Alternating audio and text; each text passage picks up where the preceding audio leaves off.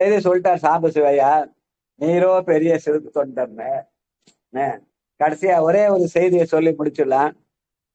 இந்த அவர் அந்த பிள்ளைக்கறி சமைத்தார் என்பது அந்த உத்தராபதியினுடைய வேண்டுகோளுக்கு இணங்க தாய் பிடிக்க தந்தை அறிய வேண்டும் என்று அவர் போட்ட கட்டளைக்கு ஏற்ப அந்த செயலை செய்தார். அந்த பாடலாம் இவர் ஐயா சுட்டி காட்டினார். ஆனால் அந்த செயலை செய்வதற்கு முன் அவர் அடியார்களுக்கு அன்னம் பாலித்தார்.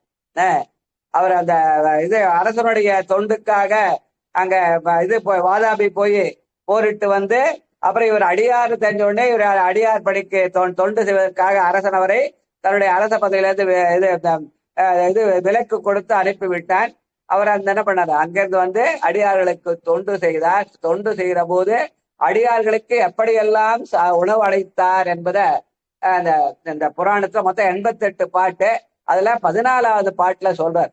அது அடியார்களுக்கு அன்னம்பாலிப்பு செய்யும் போது இந்த பாட்டை சொல்றது ஒரு மரபு. பொதுவா அன்னம்பாலிக்கும் தில்லை சிற்றம்பலம்னு சொல்லுவாங்க. ஆனாலும் அடியார்களுக்கு அன்னம்பாலிக்கிற போது இந்த பாட்டையும் சொல்லுவாங்க. பல அறுசுவை உண்டி முக்கனையோடு சாப்பாடுன்னு சொல்லும் போது இந்த பாட்டை சொல்றது ஒரு மரபா வைத்திருந்தார்கள். அது அந்த சோழ நாட்டுல அந்த மரபு உண்டு.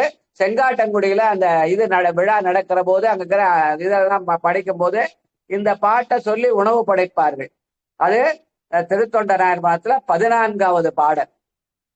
தூய திரு அமுது கனி கண்ணலரு சுவைக்கரினை பாய தமிழ் பாலினிய பண்ணியம் புன்னீரமுதம் மேயபடி ஆலமுது செய்விக்க மிசைந்து அடியார் மாயிரு ஞாலம் போற்றவரும் இவர் பால் மனமகிழ்ந்தார்.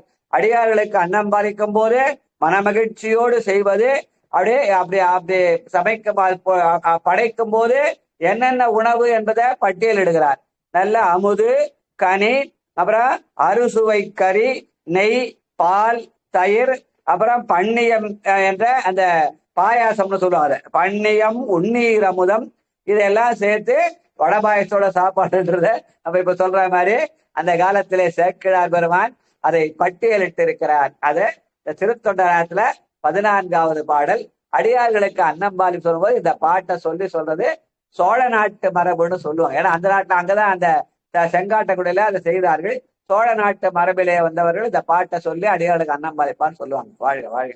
தூய திரு அமுது கனி கண்ணலரு சுவைக்கரினை பாய தயிர் பாலினிய பண்ணிய முன்னீரமுதம் மேயபடியாலமுது செய்விக்க மிசைந்தடியார் மாயிரு ஞாலம் போற்றவரும் இவர்பால் மனமகிழ்ந்தார் என்று அவருக்கு சாமிதான் பிள்ளை கறிப்பட்டா தவிர அடியார்களுக்கு அறுசுவை உண்டு படைத்தார் என்று செக்கிழார் சொன்ன பாட்டு. அதனால அடியார் இந்த பாட்டை நம்ம பயன்படுத்திக்கலாம். திருத்தொண்டபுரத்திலே 14வது பாடல். வாழ்க வாழ்க. நன்றி. நன்றிங்க. நேரமின்மை காரணமாக நிகழ்ச்சியத்தோட நிறைவு செய்கிறோம். திருச்சிற்றம்பலம். மண்ணின் நல்ல வண்ணம்பாலாம் வைகளும் எண்ணில் நல்ல கதிக்கு யாதும் ஓர் குறைவிலை கண்ணின் நல் அகுதொரும் கழுமல வளநக பெண்ணின் நல்லாலொடும் பெருந்தகை இருந்ததே வான்மிகள்